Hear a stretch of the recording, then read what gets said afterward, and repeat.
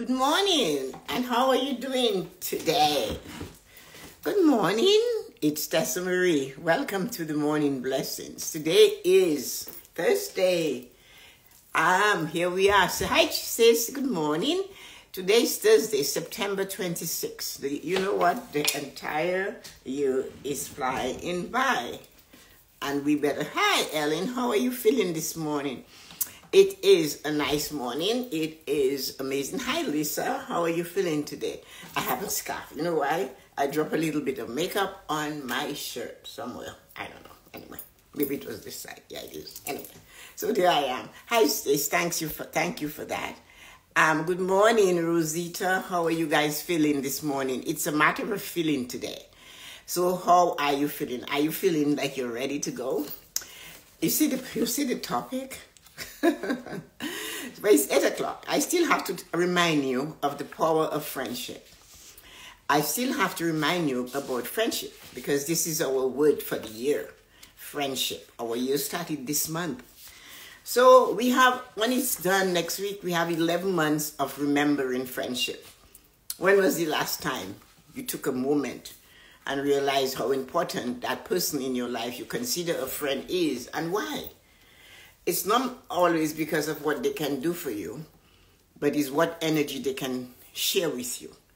So one of the things we have to remember when we are referring to friendship, it's not a transactional thing where the person tit for tat, they call you, you call them. They don't call you, you don't call them. You know, I love to give. I like to share. And sometimes it's just things. I have something, I have an idea, I go somewhere, I see something that reminds me of you or my friend, I'll bring it.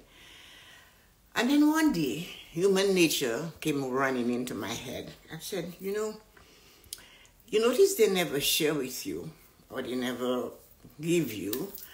And I like the answer they give. Oh, I would buy you something, but you can buy anything you want. Oh, isn't that a nice way to tell a friend? And I go, I know I can. But I am here to teach you. So I'm going to tell you, it doesn't matter. Bring me a brooch from the dollar store. I'll appreciate it and I will flash it up on something I'm wearing. And that was a way of trying to teach. And then one day in meditation, something said to me, listen, because of people's behavior, you do not have to change your behavior to match theirs. So I got my answer. So what you like to do, you love to call your friend. You call your friend. And you feel good that you called your friend. You checked in with your friend. And that's what we have to do. This thing about tit for tat. If the friend doesn't call you, you don't call them. If the friend doesn't give you a gift, you don't give a gift. If the friend gives you a gift, that's when you give a gift. That's rubbish. It's utter rubbish. So do not do that. Friendship is not transactional. It is that energy that person brings to you. So when we look at friendship, right, one of the things we have to remember to see with our friendship with others is that I am your friend not because of what you can give me or share with me or advise me to do.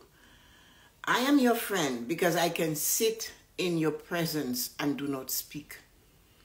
I am your friend that will push you to the edge when you're afraid to jump.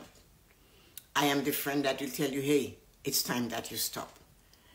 But the most important thing about that friendship is the days we sit together and we stare into space. That's friendship. You do not want to go away. You do not want to leave somebody. So cultivate that friendship.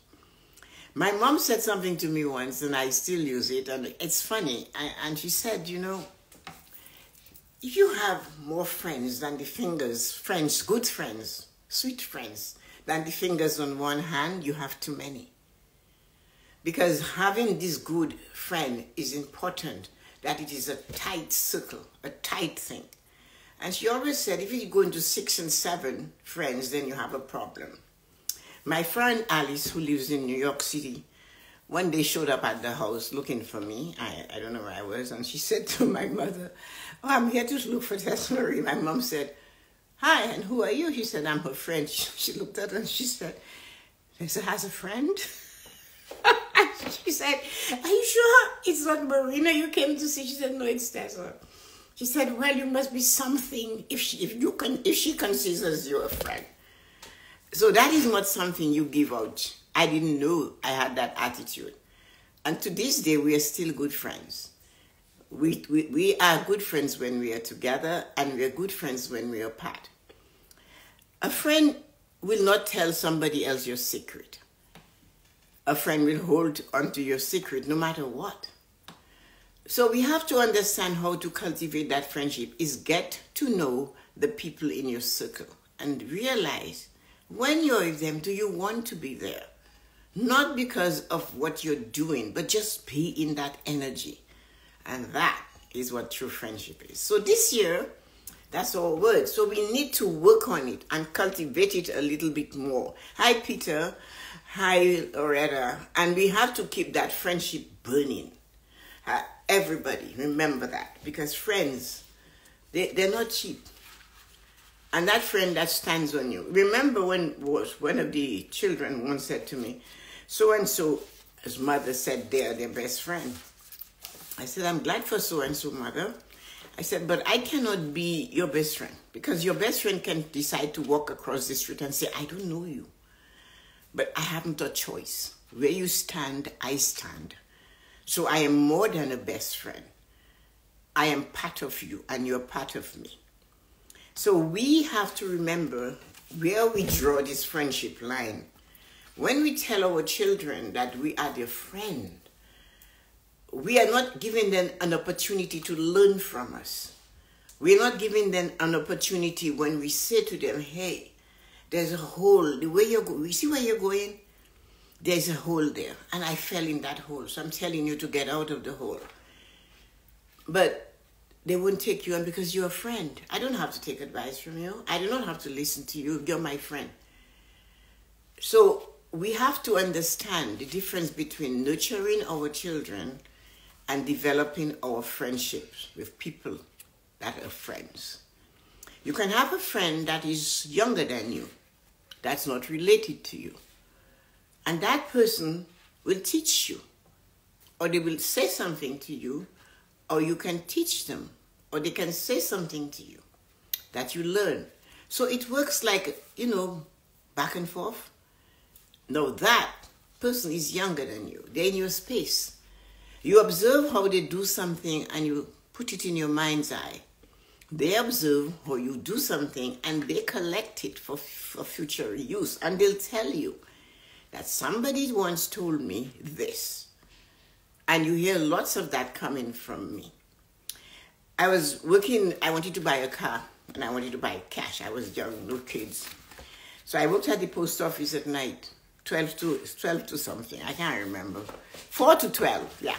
So dash from the Queen's Park office and dash down to the post office and they sent us home by cab. And I was on the line one day with a lady and somebody was doing something. I must have been around 24. She looked at me and she said, you know what? All your emotions are in your eye. You don't have to say a word. I want to know how you feel about something that's been said. I look at your eye. She figured that out. And we are still friends today. She's very much older than me, so she's 96. But that is one of those things we have to remember. So with that, let us look at where we are going this morning. I use money, but it's not only about money. Money and your thoughts. And welcome everybody. Hi everybody. Thank you for coming and joining this morning. Yoko, thank you. How are you feeling, all of you, this morning? I said money and your thoughts. And the reason why I chose money is because people always ask me about money. So I decided I'll choose money.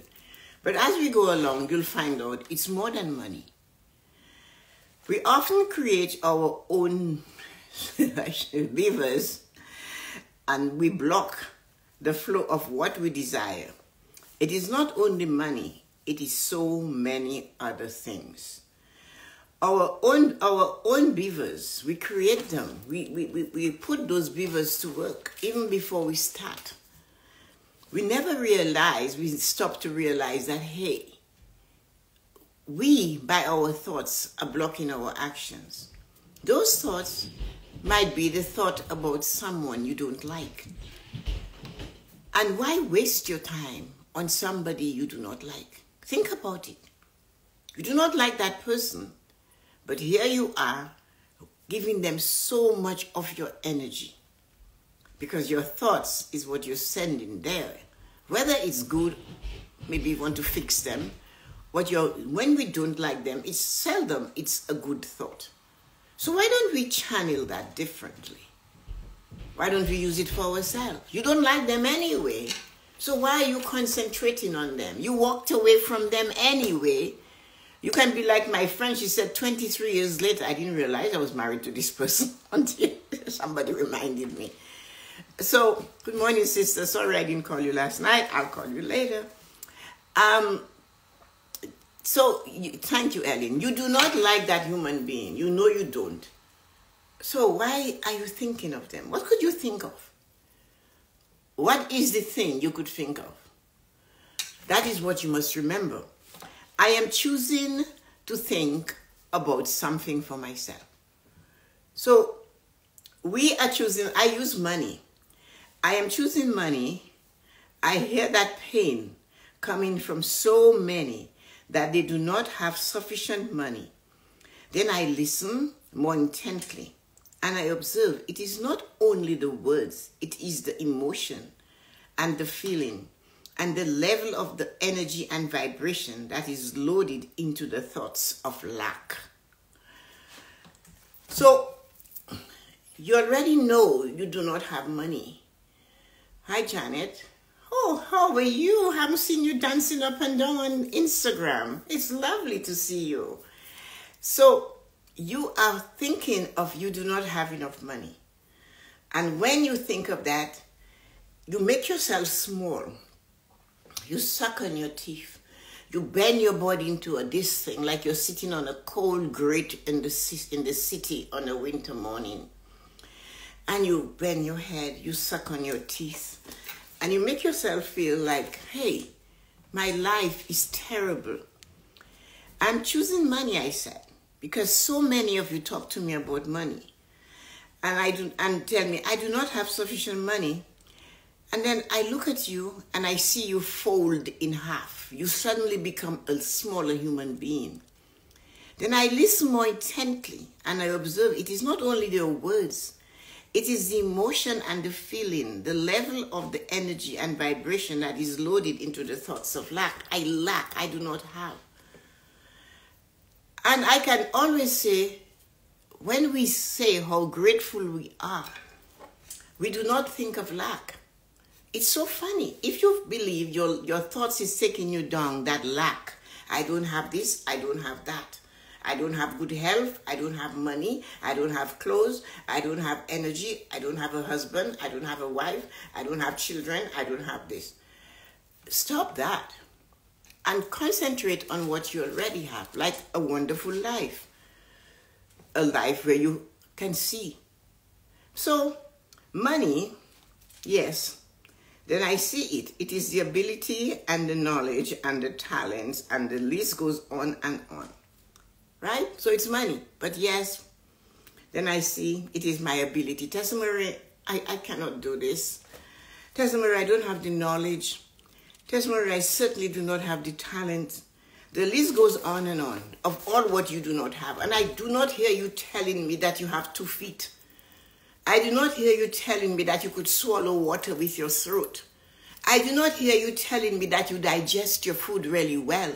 Good morning, Valerie. How are you feeling this morning?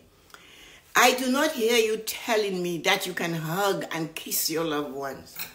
And all you're telling me, you have no money, you have no ability, you have no knowledge, you have no talents, and you go on. And it scares me. Whatever you believe that you do not have, it is your doing. It is your thoughts. We know that thoughts become things. We hear it all the time. You already know that those thoughts of lack is blocking the flow of money, talent, energy, ability. So how can I fix this? Ask that question instead of telling me that. It's like when I'm coaching someone, and they pay to get coached, and I actually give a book like this in person if I'm able to meet with them in the old days before COVID. And I said to them, write your name, the date, and the time, and a small paragraph of where you are, where you're sitting, and where mentally you are in your life right now. Then write 5 things you desire to accomplish in your life. Okay, see you in 2 weeks. In 2 weeks, they show up and it's not really done or it's barely done. I do not want to be poor. I do not want to be a gambler. I do not want to be fat.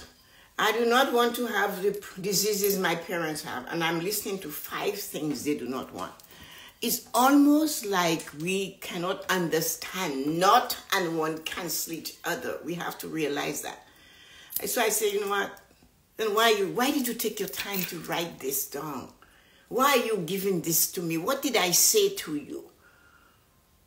Oh, I just want it to be clear. I said, it's clear to me. Is it clear to you what you want? And that's when it settles in. So we need to understand that our thoughts becomes our words and it becomes things. They tell this to us, we heard it, and we think these are all cliches and they're stupid. So how can you fix this? You can fix it by tipping the balance of your thoughts from lack of money or lack of talents or lack of this or lack of family, boyfriend, husband, whatever, to more than enough. I have so many. You doubt if I say you have so many men or women looking out for you? Then just go on whatever they have on the internet. My girlfriend got somebody called the many fish in the ocean or something. And she has her little fish and she's quite happy with her fish. It must be about 15 years of fish, this fish. And she seems to be cute for her. She wanted somebody to adore her. And the fish is adoring her. So that's what she got. But she went out there to find it. So don't tell me you cannot. There's no space to find it. Whatever. You want to go to church and find it. I don't know. So the point of it is look for it. Now, the thing about those thoughts of lack of money to more than enough. I have more than enough talent to give in the world. I have more than enough in me to attract the amazing human being I'm seeking to be part of my life. Instead of saying, I do not want this man to have this, that's why this woman had gone to God and asked for a man. And when he sent her a one-legged man, she complained and went back. I asked you for a man. And he said specifically, you did not tell me he had to have 2 legs. Kathleen comes off and on. She's like a daughter to me.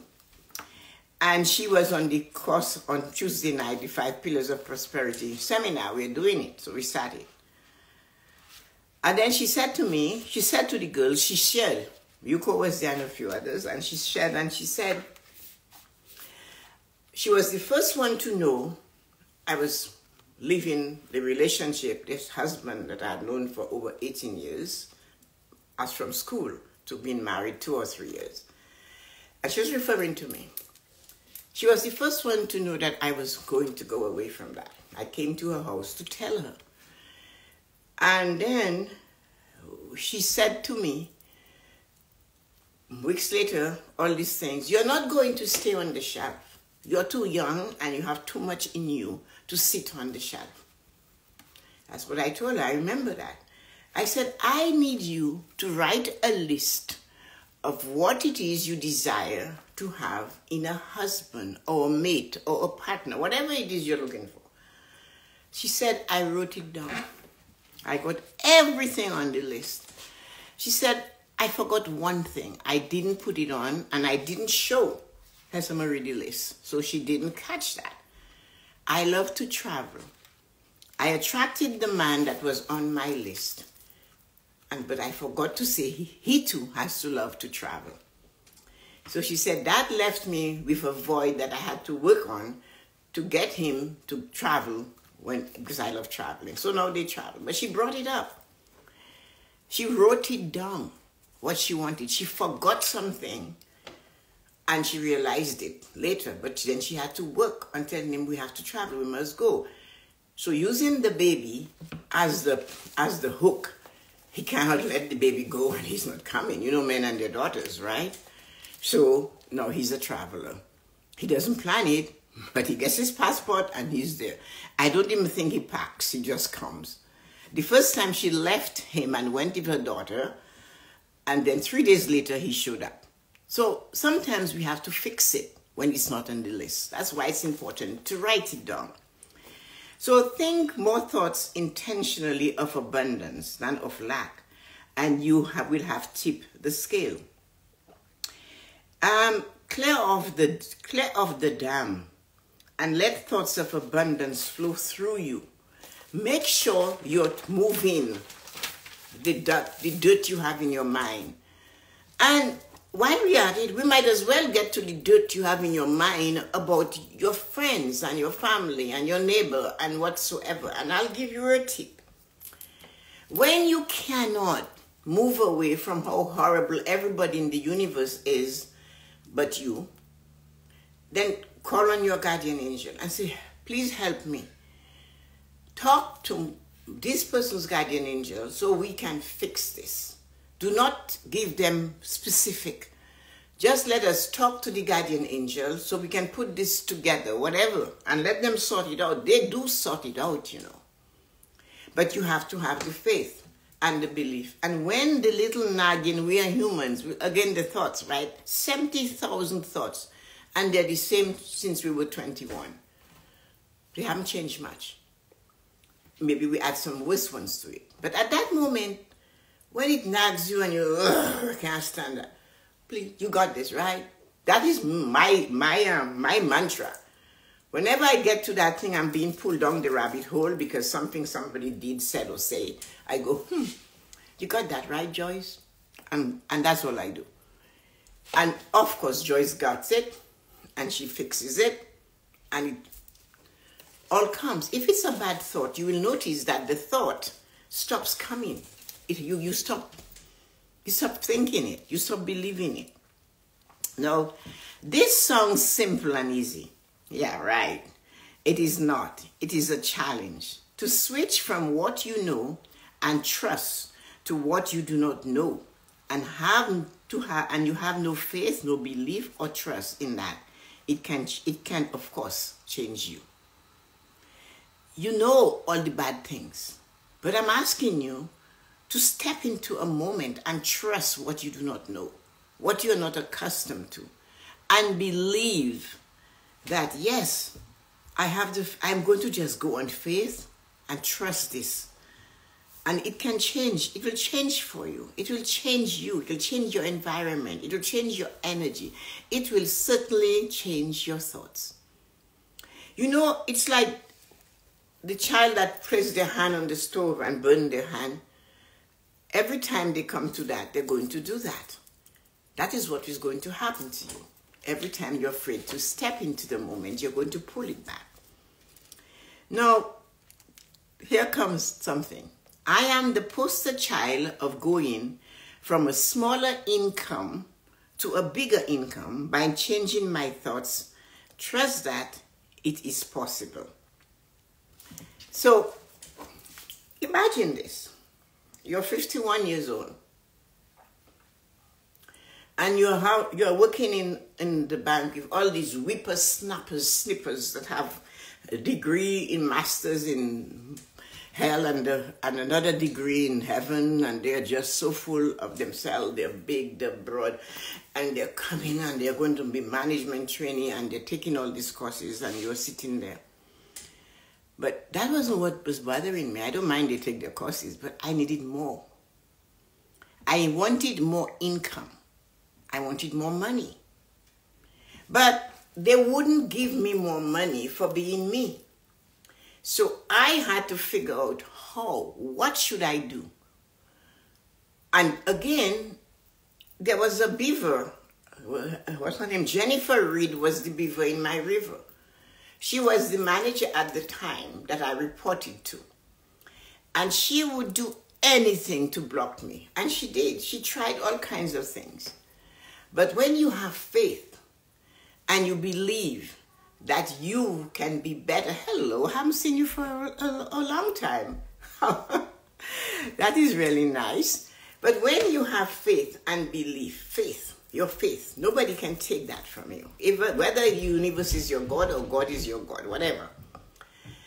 And she moved heaven and earth. She turned an immediate lady that I worked with completely against me, Frances Young.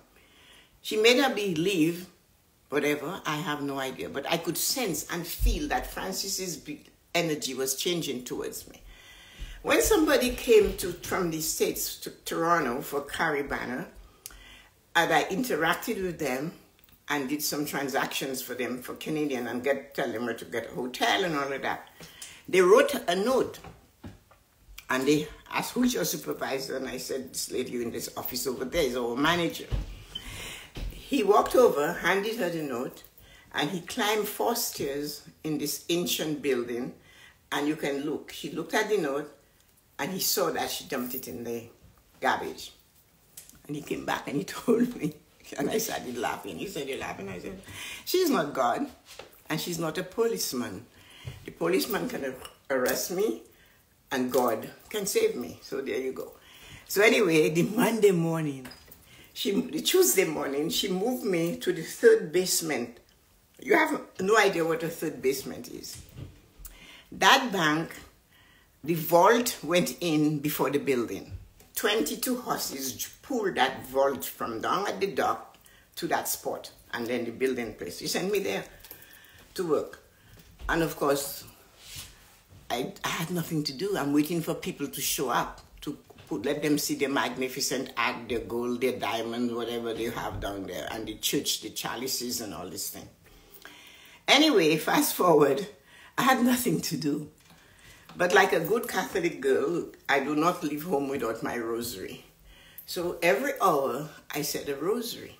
As soon as the hour comes, I said the rosary. After a while, the energy in the room started to feel, around 5 to the hour, I would feel like there's so many people in there. And I would just do the energy. Anyway, the point of it is that I did come out of there. It's a longer story and we don't have the time. I came out of there. I was able to study while I was there and succeed and got my distinction. And the certificate is somewhere around here. And then she called me. Hi, Kathleen. Good morning. How are you feeling? And asked me when she found out if I could have. Then times changed and she now had to write that exam. And she said, I know you took the exam and you got distinction. Can you give me your notes? But I'd already given it to somebody else. Another, the same woman that she turned against me also asked, but I'd already given it to someone else. But I had to move myself from there. I had to make more money. And after that, though, I propelled. And those of you that are Catholics and you do not believe in St. Jude, you better believe he's the saint of impossible cases. Because when I was on the mezzanine in that marble and brass encrusted bank, that was old and beautifully kept. It's a whatever building. They couldn't even change the windows. I was praying to St. Anthony for help. That's all I know. That's what I was taught. And whether you believe it or not, or I was drunk, I don't know. But I couldn't take a chance to be drunk working for that woman, could I? So I'm there reading the Bible, and because I have nothing to do. So I'm sitting up now on the mezzanine, reading the Bible, and all of a sudden, I felt there was a presence. I looked, and there was a young girl. That was what I saw. Believe it or not, I'm crazy, and I'll accept that. But I know. And she was dressed in a thin dress, like slim. And she said, St. Jude said he will help you. And you know me, I have a pile to tell St. Jude. So I went to tell St. Jude. She said, I cannot stay. I have to go. She said it 3 times, and I am out of this. The next day, Carolyn Ball called me and said, listen to me.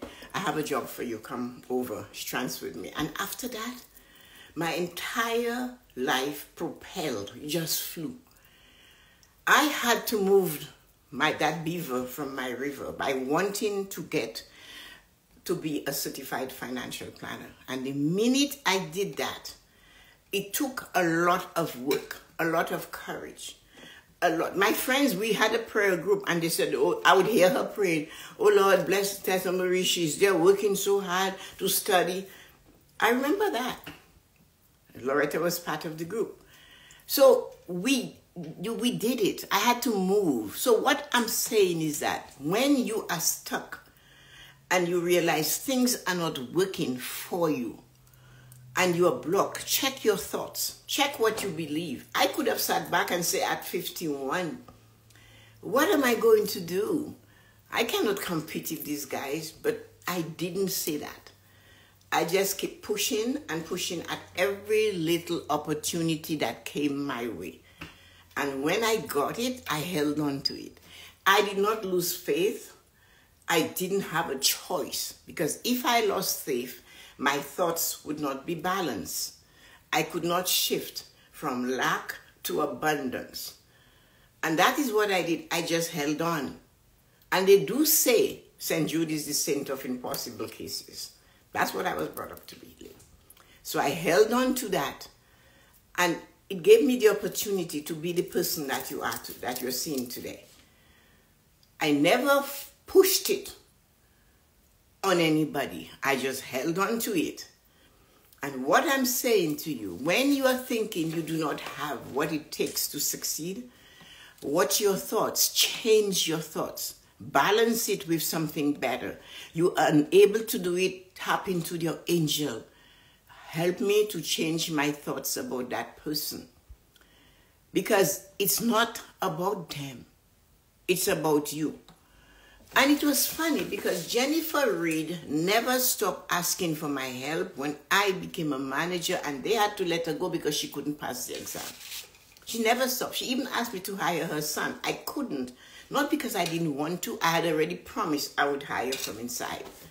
So this is something we have to remember. Change our thoughts when it doesn't belong to you. You know you don't like them. Do not dwell on them. You know you do not like the space. Do not see them. Take that time and visualize the thing you desire in your life.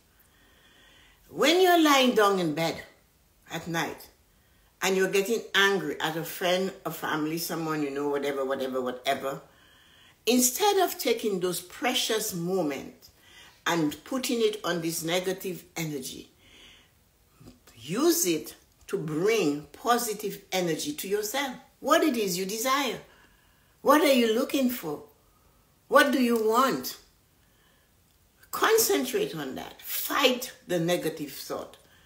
It's like, as I said, the beaver has blocked you. But sometimes our beavers are our own thoughts. So what are you going to do?